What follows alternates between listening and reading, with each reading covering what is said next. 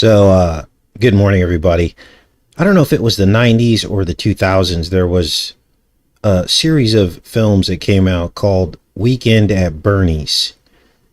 And yesterday I was sitting around looking up these headlines and stuff, and it just hit me.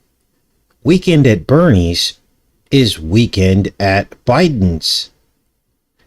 So, for those of you that hadn't seen these films, there's this guy who's dead, and he wears the same exact glasses that Biden wears. I guess you call them Air Force pilot glasses or something.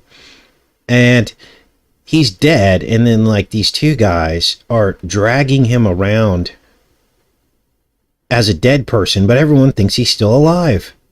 And they like prop him up on couches and move his arms around. They speak for him. I mean, even Biden's voice sounds like a ventriloquist talking through their lips when he talks. It's like, this just hit you? Yeah, I know, right? Why did it take me that long to figure it out? But it did. I figured it out. So I'm a little late to the, whatever they call it, late to the party, right? Unbelievable. So anyway, let's get into today's show. Now, I've heard grumblings of this revival happening in Kentucky and other places. I want to talk a little bit about that today. Looks like we got sound. Very good. And I remember when I first heard of this, remember I said, it isn't a true revival unless it's outside the right-left paradigm, separate from the elections. And I even guessed back then, before I'd even looked into it, that most likely Trump's name would be attached to this revival. So I had high hopes for this. I was hoping that it was a good thing, and it's never a bad thing when people are being saved to Christ.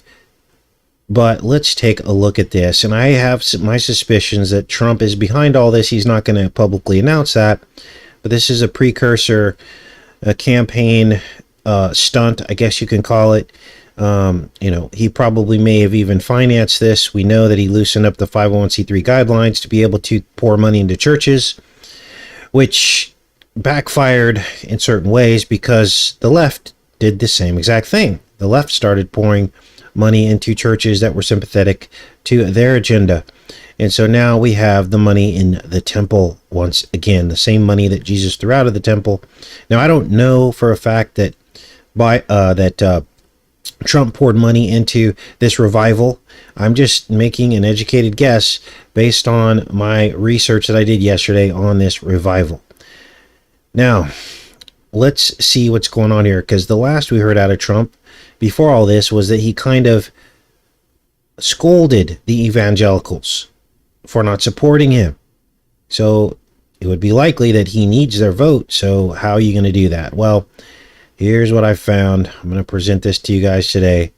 Decided to take a closer look at this revival. Here's a post from a Dudley Vandergriff. I just stopped by here at Asbury University. Check out the praise and worship, and these guys are on fire. And Kim replies, I absolutely agree. Anytime you have a church that supports the LGBT movement, yes, they are on fire. The Holy Spirit is not about experiencing some sort of feeling.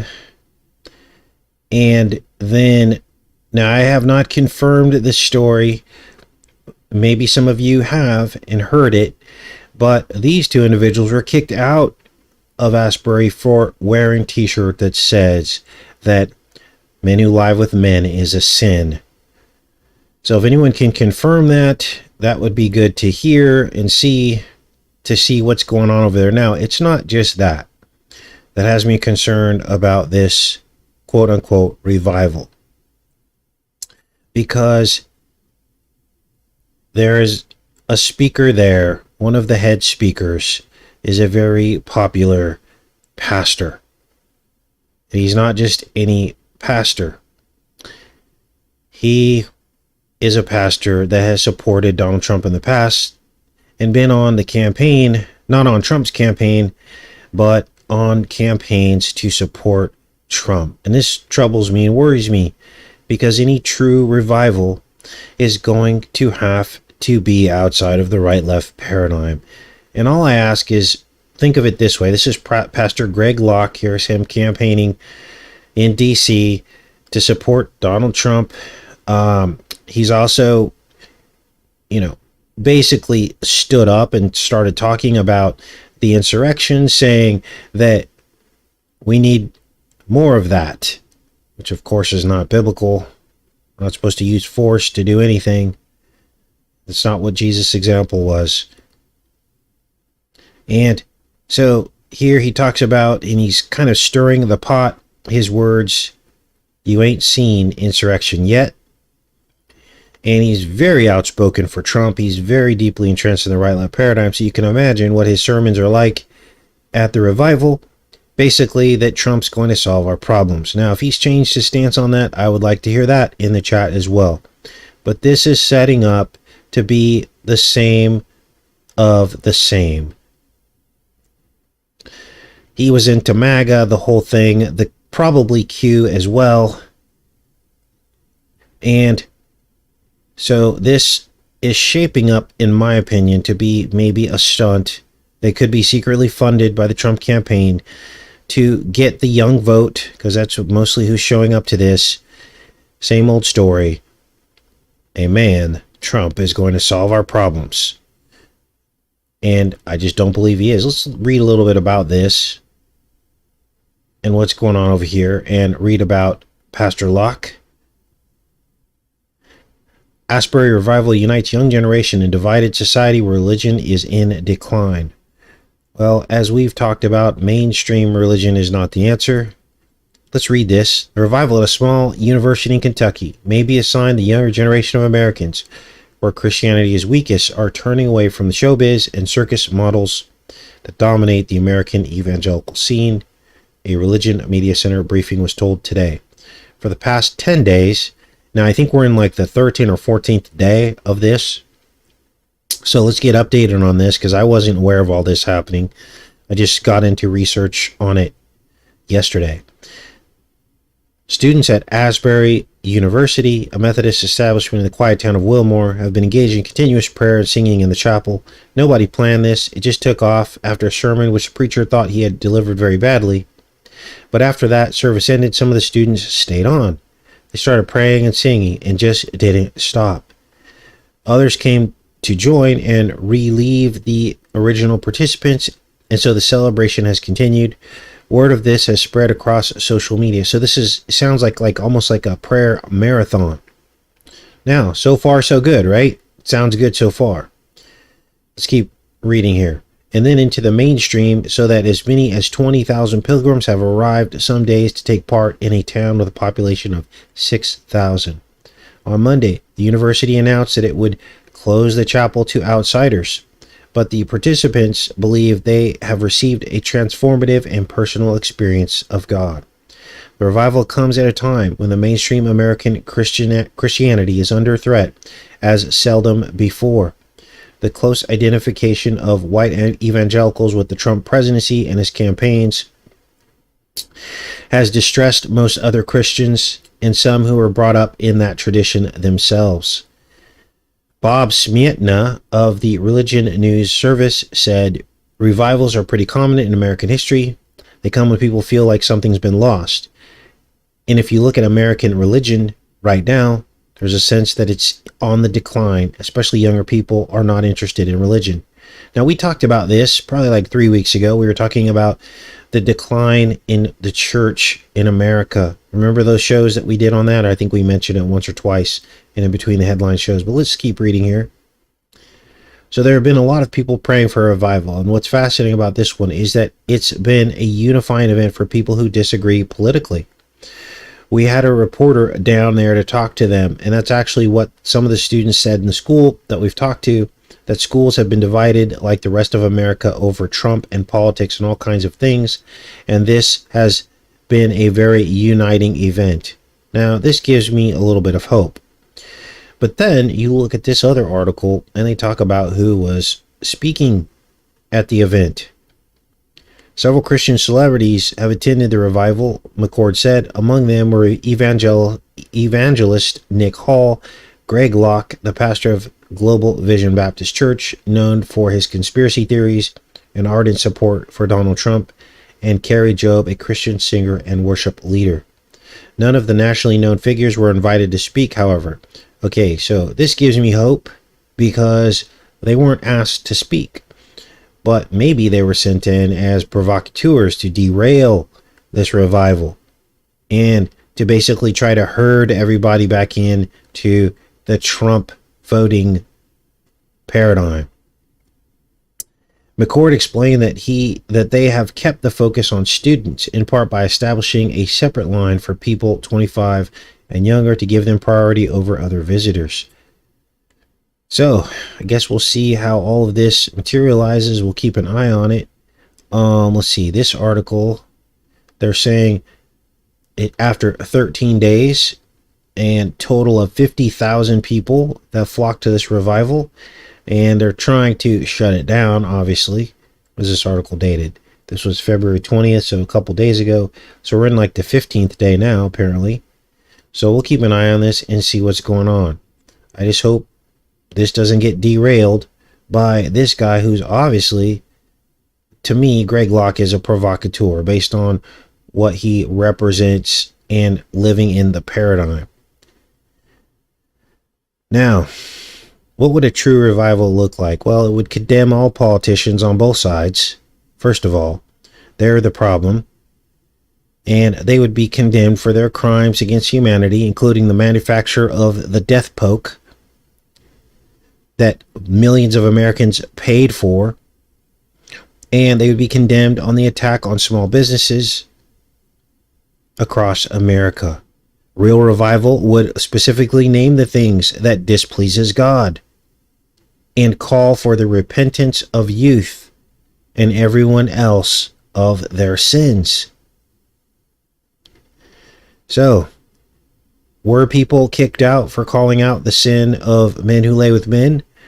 I guess we'll have to figure that out for ourselves through deeper research. Now, what else do we have for you guys today? Well, let's get into some of these other stories and get caught up on some of the headlines. We're also going to look at animal attacks today on the rise, as well as another pastor who called out Beyonce. We're going to talk about all of that today so that we can figure out what is going on with this world. Now, Russia suspends only remaining major nuclear treaty with the U.S.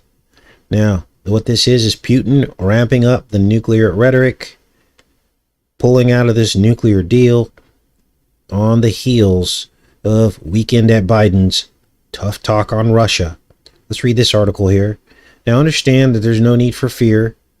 The Bible does not say the world will be destroyed by nuclear weapons. But that doesn't mean that some of these nuclear weapons, if you believe in nuclear weapons, might not be popping off across the world in strategic places. But make no mistake, all the world leaders will be involved in that. They're holding out this option to control the masses if the masses they believe are waking up in mass. Let's keep reading here. Russian President Putin declared Tuesday that Moscow was suspending its participation in the New START treaty, the last remaining nuclear arms control pact with the United States, sharply upping the ante and tensions with Washington over the fighting in Ukraine. Speaking in a State of the Nation address, Putin also said that Russia should stand ready to resume nuclear weapons tests. If the U.S. does so, move that would end a global ban on nuclear weapons tests in place since the Cold War times. So, this is what's going on. This rhetoric has been going on for the entire last year. They've been popping these stories off left and right, and I guess it remains to be seen what will happen. So, this next article, let me check in with you guys, and we'll keep going with this. All right, everybody here? Okay, good. All right, let's keep going with this. Now, welcome to Wonky World, I call it, where now, Weekend at Biden will make America great again with domestic manufacturing to punish China for letting their red balloon fly over our fence into our yard. And China is giving their toys to Russia because they're mad that we popped their balloon.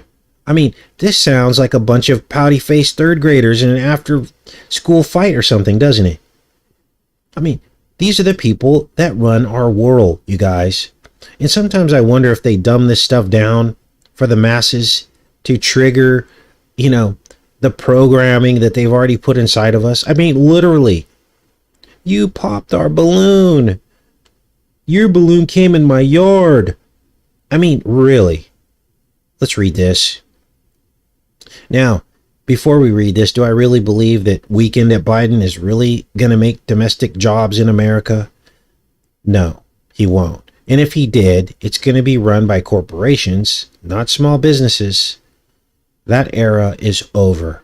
It's too expensive. There's too much risk for someone to create a small business.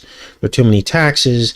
There's too many rules and everything else, and it's almost impossible. The entrepreneurial spirit is lost. They've already established the corporations that they want to run America, and those corporations will continue to be rewarded and propped up, and the small businesses will not stand a chance. Freeing the U.S. economy from China will create an American industrial renaissance and millions of good-paying jobs. This is exactly what Trump was saying, right? Look at this. Americans have heard plenty about China's spy balloon. Washington considers this a serious breach of U.S. sovereignty. Lawmakers are contemplating a response. It's time to finally start the long overdue process of decoupling America's economy from China. You think? You guys, China has essentially stolen America's, I guess, ability, not ability, that's the wrong word. Stolen our birthright to create our own stuff. Now, we didn't do that. Our government did that. They sold us out to China. Now, you can say what you want, but in my opinion, anytime you ship something in from another country and don't make it yourself, one, you're getting a substandard product just by default because you're dealing with economies that are different. You're also coupling yourself with a country that we say, or they claim, our controllers claim that we're against, but really they're with them. So that's the big clue. America wants to be like China. That's why we trade with them. And you essentially steal jobs from our own country, our own manufacturing jobs. Now, many people argue and say, hey, well, we're getting a bunch of free stuff.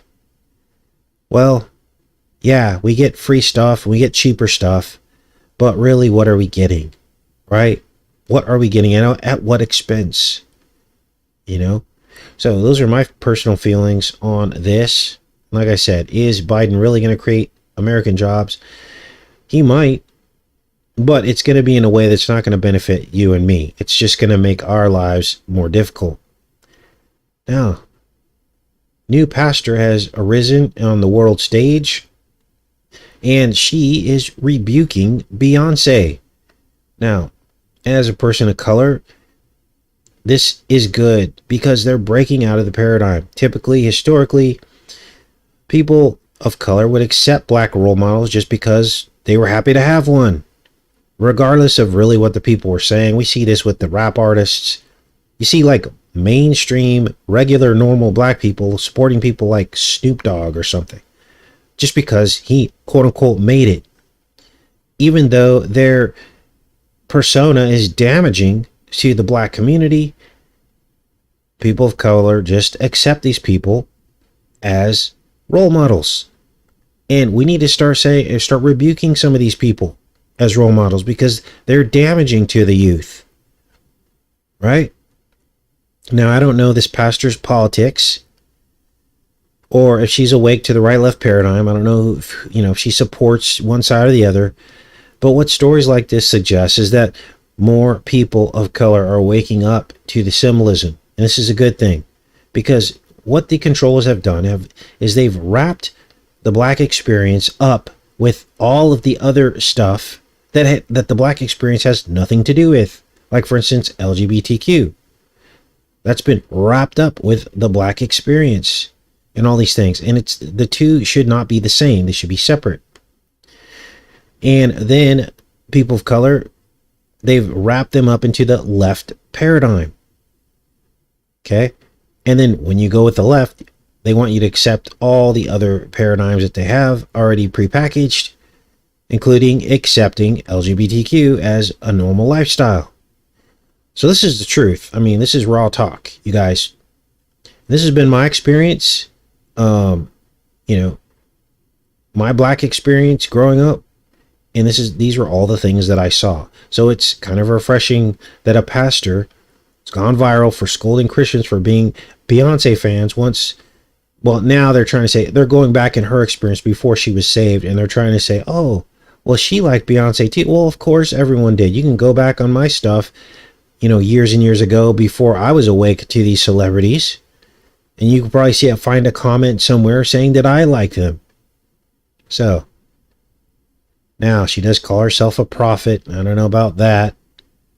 Okay. I don't know if you know if I believe in modern day prophets, but she did rebuke people and say you shouldn't be following these celebrities. She actually went as far as to call Beyonce a witch and describing her fandom as a coven. Wow. Now, we've seen the symbolism. I mean, there is really no question with Beyonce and her Bayhive, right? I mean, she's done some really dark stuff. So, it should be of no shock that this person would call her out. So, I will put links to all this in the pinned comment for you guys, of course, as I always do. Now, we've been talking about animals losing their fear of humans. And we said that it could be fulfilling biblical prophecy. According to the book of Revelation, somebody rebuked me on that. I'm like, come on. I've said it right 1,000 times, and then I say it wrong once, and you're going to rebuke me for that. Okay. The book of Revelation, they talk about animals attacking people. And I believe this is happening right now as animals are losing their fear of humans. And I'm starting to wonder if there's a difference in humanity or the people that are getting attacked and why they're getting attacked. Because the Bible says that animals will fear men. They have a natural fear. But what if you could lose that fear? What if animals could lose that fear for certain individuals based on that individual's choices and actions? What if that protection is removed? For instance, if you get a poke, maybe the animals can smell that or pick up on it, right? People say, I remember growing up and people would say, don't fear the animal and the animal won't attack you. You have to face the animal, not run from it. Well, what is happening? Their hearts are failing out of fear.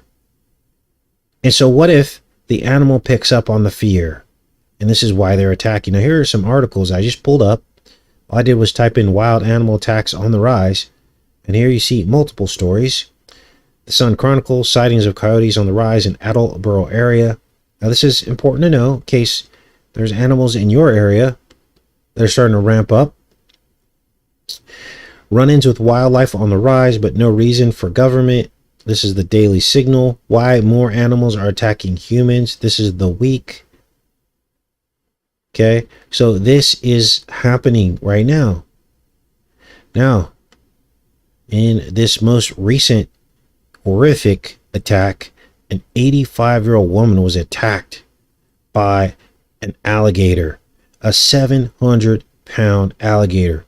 And what makes this story interesting, I'm going to play this little video here, is that the woman lived in St. Lucie, Florida, Fort Pierce, and Lucifer, Florida, Fort Pierced by the needle. Let's play this. In Fort Pierce, where authorities have identified the woman who was killed yesterday here in Fort Pierce, the 85-year-old, the victim of an alligator attack. Middle bedroom window is open. Wanted some nice fresh air. Around noon yesterday, that window opening allowed Carol Thomas to hear something outside. Try to remember what I heard. I just heard, maybe I heard help. maybe that I don't recall. Coming out, she was stunned by what she saw. Her neighbor, 85-year-old Gloria Surge, was caught and in trouble. By a gator that had come up out of the water and had her leg. Quickly calling 911, she then turned her attention back to the water and didn't see her neighbor. And then I saw her surface about 5 feet out there. And she came up and she brushed her hair back and was trying to get air. And I asked her to swim toward the boat, to get either at her or give her something. And she said, I can't, the alligator has me. She ran to get a shepherd's hook and moved closer to the embankment. Have her grab it, or maybe if she couldn't grab it, I could at least hook her or something, or hit the alligator if it surfaced. But when I got back, she wasn't anywhere. Thomas says Surge was a wonderful neighbor, always out walking her dog. Very nice lady, lots of friends in here. Thank you, I'm fine. I'm good. Now, neighbors are calling Thomas and stopping by to check on her, which she appreciates.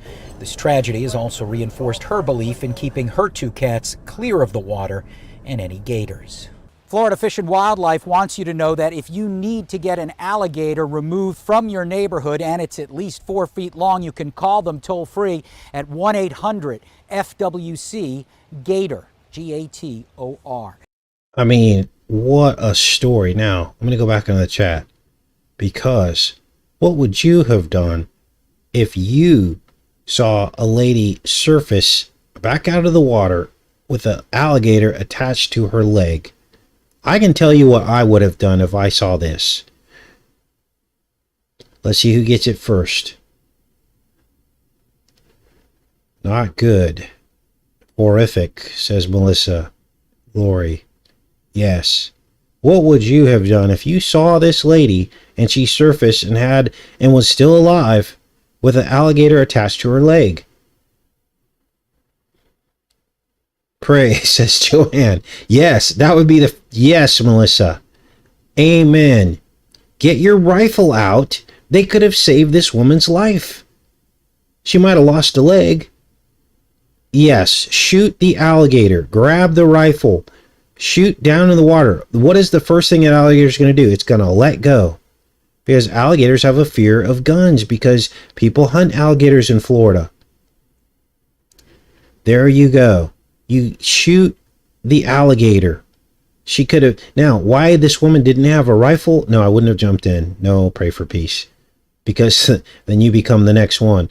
But somebody in that community should have had a rifle. Everybody should have a rifle. That's the point of it. Rifles were used in the Wild West to protect people from wild animals when there were a lot more wild animals running around and that could literally kill you. Okay? So, nobody had a gun in that retirement community. It's hard for me to believe that. And this is another reason why we need rifles and guns and gun rights. Now, the last time I heard a story like this was when a boy was dragged into Disney World, into a lake. This poor boy, Lane Graves. Now, what makes this story weird compared to this story, Disney World, was, this was like a real-life Jungle Cruise safari. Why are there alligators near a bunch of children at Disney World? There should be no alligators within a 10-mile radius of Disneyland. But yet, 7 years ago, at Seven Seas Lagoon, on Donald Trump's birthday, in the year that he would be elected, this boy was taken under by an alligator. Now, I don't know the connection there. It's a little bit weird, but I am a firm believer that things manifest in our reality. 7 and 7. And they're actually saying that this was in the wake of the Pulse nightclub where 7 times 7 died. Weird. Maybe this was an omen about the Florida billionaire's bite that would infect the world. Now, there have been several gator attacks since then, and these are the ones that I could find. This one was June 9th, 2018. Woman's body found after gator attack in Florida. This was a 12-foot gator, 12 foot 6 inches. She was walking her dogs in Davie, Florida. Search teams found her body 10 p.m. Friday. Many of you might remember this particular one. This lady was 47 years old. Here's another gator attack. This guy was looking for frisbees in Florida, and he was killed by a gator. This one was dated, looks like May 2022. So this was just last year. And where was this? Whoa, 47-year-old man. Wow, same exact age as the other lady. He was just north of St. Petersburg, was retrieving frisbees. Let's play this one. Mind of one woman at a statewide meeting that's happening right here in Jacksonville. Good afternoon to you. It comes one day after an 85-year-old woman was killed by an alligator while walking her... Oh, that's the current story. So, weird, right? Gators on the rise, attacking people. Florida man survives 3 days in the swamp after losing an arm to a gator. Look at this story. Whoa, Florida man lost his arm in a grizzly alligator attack. Will only spend the next 3 days wandering the swamp looking for help. This guy was 43. Eric Murda. See if there's any pictures of him. Oh, here we go. Look at this poor guy. Lost his arm in a gator attack. Wow. Now, that was about all I could find for recent gator attacks. And now let's get into this story here. I guess they found this meteor, piece of a meteor. 1,000 pounds it was in the air before it hit the earth. This is a little bit misleading, this story. It makes it sound like this piece right here is 1,000 pounds, but no, it's not. The piece that fell, this is just one piece of a 1,000-pound meteor that fell in Texas. And now, most meteorites are mostly iron and nickel. I looked it up because I wasn't sure, but most meteorites are iron and nickel. Here's another piece of it in this story, Rio Grande Valley. So pieces of this thing fell all over South Texas, Southwest Texas. And so I looked up the composition of meteorites. 5% nickel, 91% iron. Now, iron is mostly what a meteorite is made up of, but the word iron in the periodic table is ferrous. Now, we've heard that word before, haven't we? Ferrule, ferrofluid, ferrous, right? You gotta ask yourself, are meteorites omens of some kind? Now, some people believe that meteorites are actually pieces of the firmament falling down to earth. Others believe that according to the Testament of Solomon, here it is right here, that meteorites are fallen angels. Let's read this out of the Testament of Solomon. And when they were gone, I ordered Orneus to be brought forward. I think this is Solomon speaking here. And he said to him, tell me how you know this. And he answered, we demons ascend into the firmament of heaven and fly about among the stars. And we hear the sentences which go forth upon the souls of men. And forthwith we come, and whether by force or force of influence, or by fire, or by sword, or by some accident, we veil our act of destruction. And if a man does not die by some untimely disaster or by violence, then we demons transform ourselves in such a way to appear to men and be worshipped in our human nature. So this demon is talking about this and giving a snapshot into all of this. Now let's read into the next verse. I therefore, having heard this, glorified the Lord God. And again I questioned the demon, saying, Tell me how ye can ascend into heaven, being demons, and amidst the stars and holy angels intermingle. And he answered, Just as things are fulfilled in heaven, so also on earth, the types of all of them.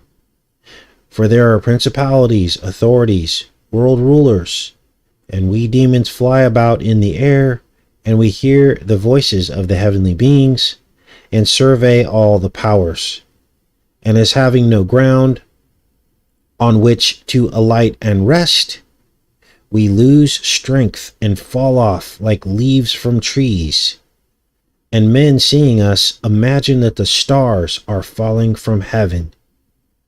But it is not really so, O King, but we fall because of our weakness, and because we have nowhere anything to lay hold of, and we fall down like lightning in the depth of night, and suddenly, and we set cities in flames and fire the fields, for the stars have firm foundations in the heavens, like the sun and the moon.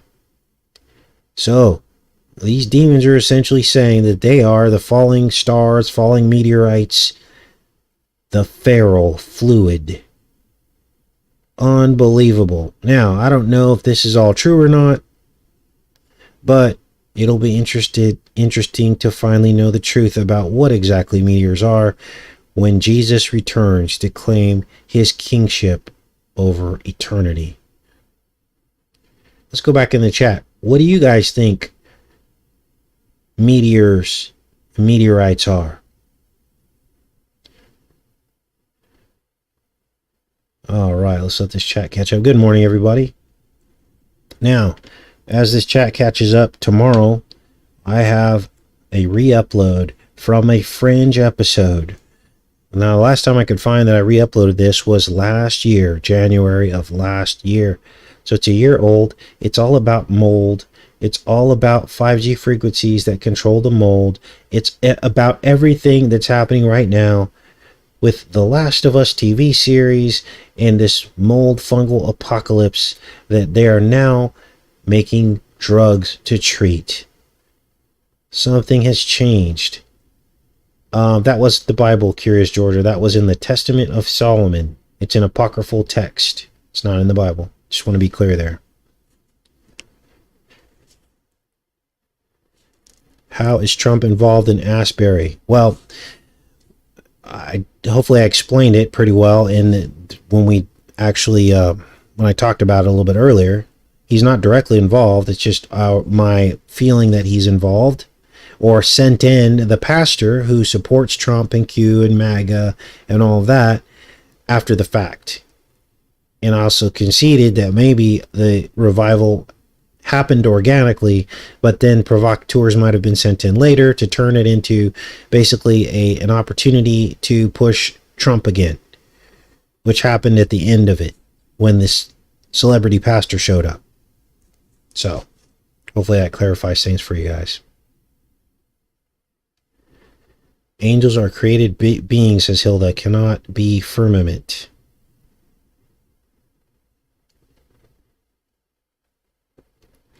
All right.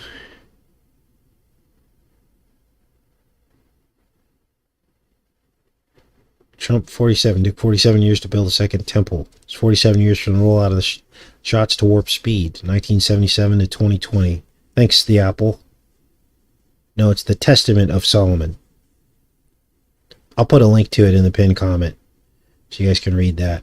Now, we had dug into the Testament of Solomon years and years ago, and we were looking at the verses in that book about the Solomon's ring that he would use to bind demons with. There's actually verses in there where he calls it the precious and he threw the ring into the chest of one of these demons to like bind them. And I was like, whoa, I've heard that before. That's out of Lord of the Rings. Gollum. And he would call the ring the Precious. And remember the part where Frodo throws the ring into his chest and he falls into the pit. Most of these Hollywood productions are from the Bible or from apocryphal texts. Yes, and there's also links to the Pokemon demons. So, now, one of the things to give fair balance to the Testament of Solomon is that it claims that the demons helped build God's temple. And for a lot of people, that would automatically disqualify Testament of Solomon from being a text that we should believe. So I'm just giving fair balance, okay? But basically, Solomon controlled the demons with this ring. All right. Always cross-reference any of these apocryphal texts with the Bible. If it contradicts the Bible, then don't believe it. So that's always have to go with that. All right, you guys. Well, I'm going to go ahead and get off of here. Start heading over, hang out with Ted. I haven't heard from him yet. Hopefully I hear from him soon. He's probably on the road. And tomorrow we'll have a re-upload show that will premiere here, same exact time.